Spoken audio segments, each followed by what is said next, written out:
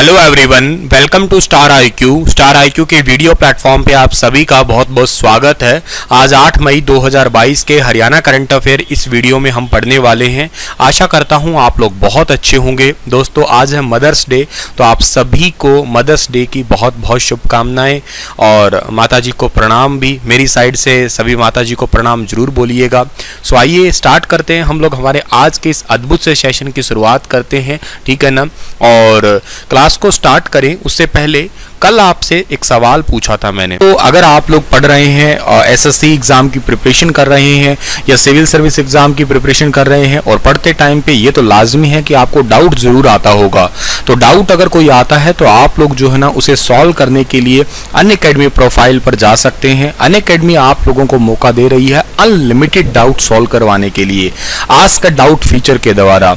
Ask आप लोग जो है ना, जैसे एग्जाम्पल से बहुत ही सिंपल है। आप लोग अपना कोई भी डाउट है, फॉर एग्जाम्पल आपको कोई मैथ का सवाल नहीं आता, रीजनिंग का नहीं आता, तो इस टाइप से आप लोग जो है ना क्रॉप करिएगा क्वेश्चन को और सेंड कर दीजिएगा। और आप लोगों को जो भी भाषा पसंद है, जैसे आप इंग्लिश में समझना चाहते हैं, हिंदी में या हिंदी इंग्लिश दोनों में, इंग्लिश में जैसे समझना चाहते हैं तो आप लोग जो है ना समझ सकते हैं। एडुकेटर आपको जो है ना वो ईजिली समझाएंगे। आप एक साथ लाइन अप करके तीन डाउट, जैसे मान लेते हैं एक सवाल पूछ लिया, 2 क्वेश्चन लाइन अप लगा सकते हैं ताकि प्रॉपर आप लोगों को जो है ना समझाया जा सकेगा।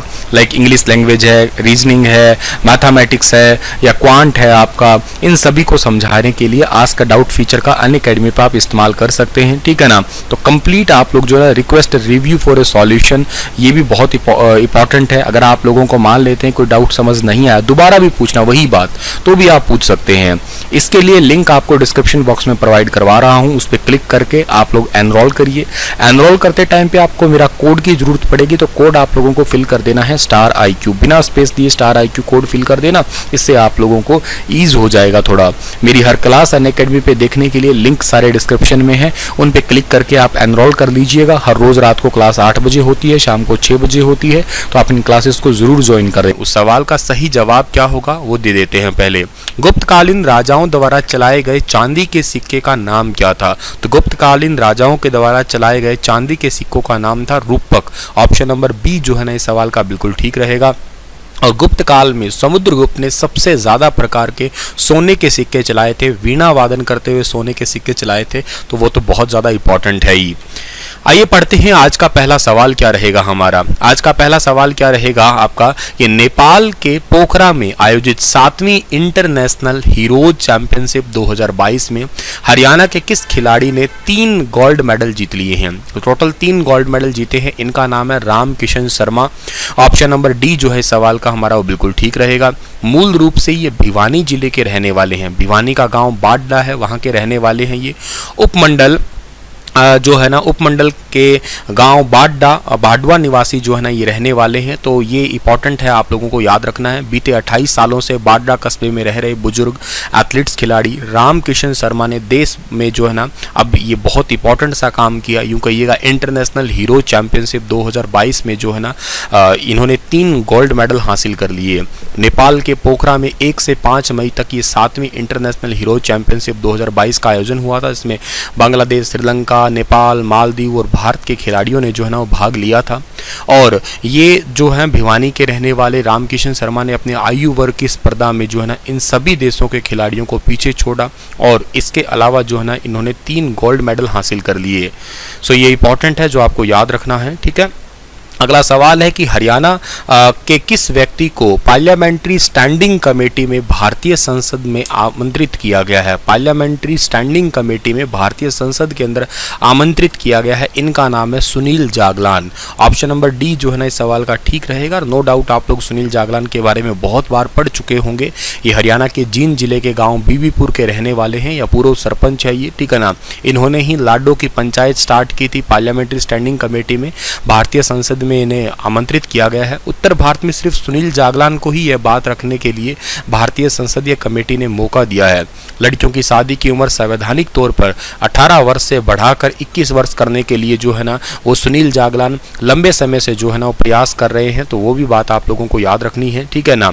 और इसके अलावा जो है ना दोस्तों कि बेटी बचाओ वाला अभियान है उसको बहुत अच्छे तरीके से आगे लेके गए। सेल्फी विद डॉटर है, बेटियों के नाम पे नेम प्लेट है, पीरियड चार्ट है, और इसके अलावा जो है ना ये गाली बंद जैसे अनोखा अभियान है। या इसके अलावा एक आप लोगों को याद होगा, मैंने आपको थोड़े दिन पहले पढ़ाया था क्या कि आप लोग जो दहेज वाला, दहेज विरोधी वाला, जो बिना दहेज के सेल्फी लेके मतलब फ़ोटो अपलोड करता है, तो ये वाला भी जो है ना एक पोर्टल इन्होंने स्टार्ट किया है। 9 दिसंबर 2021 को स्टार्ट किया था वो। ये है सुनील जागलान, ठीक है ना। एक सनराइज मूवी भी बनी है, वो भी आपको शायद याद होगा, न्यूयॉर्क फिल्म फेस्टिवल के अंदर जो है ना दिखाई गई थी। अगला सवाल है कि हरियाणा के किस जिले की एकमात्र एवरेस्ट विजेता मनीषा पायल ने हिमाचल प्रदेश की माउंट फ्रेंडशिप पीक को फतेह किया है? तो मनीषा पायल ने हिमाचल प्रदेश की माउंट फ्रेंडशिप पीक को फतेह किया है और मनीषा पायल रहने वाली है हरियाणा के फतेहाबाद जिले की। ऑप्शन नंबर डी जो है ना बिल्कुल ठीक रहेगा।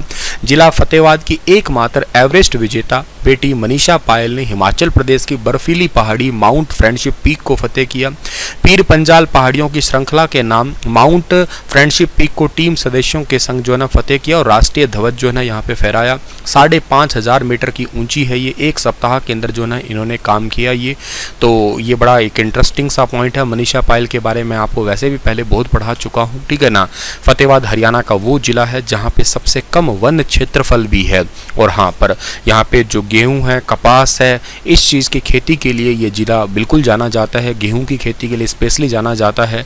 लाट की मस्जिद भी आप लोग पढ़ा करते हैं, हालांकि वो क्षेत्र हिसार जिले का है।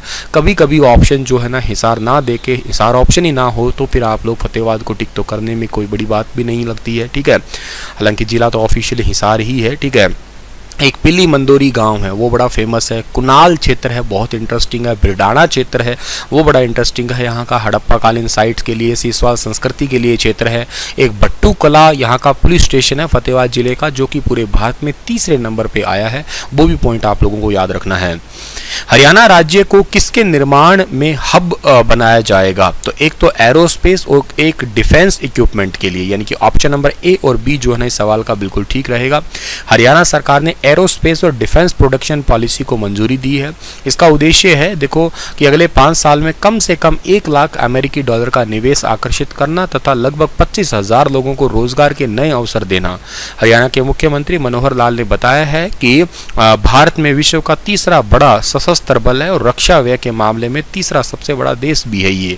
तो इसी के नीति के माध्यम से हरियाणा राज्य में पाठ्यक्रम विकास, रिसर्च के लिए छात्रवृत्ति या स्कॉलरशिप प्रोग्राम हुआ, एरोस्पेस यूनिवर्सिटी हुई, फ्लाइंग स्कूल है, ये सारे जो ना सेटअप करेंगे आने वाले टाइम के लिए, ताकि एरो स्कूल या फ्लाइंग स्कूल होंगे या एरोस्पेस यूनिवर्सिटी होगी तो बच्चे ज़्यादा से ज़्यादा उसमें पढ़ाई करेंगे और उसी से रिलेटेड जो है ना वो चीज़ों को आगे लेके जाएंगे और उन्हीं के रिगार्डिंग जो है ना वो आपका एरियाज़ है उसमें डेवलपमेंट आएगा। अगला सवाल है कि हरियाणा की बिजली कंपनियों को साल 2024-25 तक लाइन लॉस व हानियों को 12% से कितने परसेंट पर लाने का लक्ष्य दिया गया है? तो इनको 12% से 15% पे लाने का लक्ष्य दिया गया है। हरियाणा की बिजली कंपनियों को साल 2024 तक लाइन लॉस की हानि है उसको 12% से 15% पे लाने का लक्ष्य दिया गया है।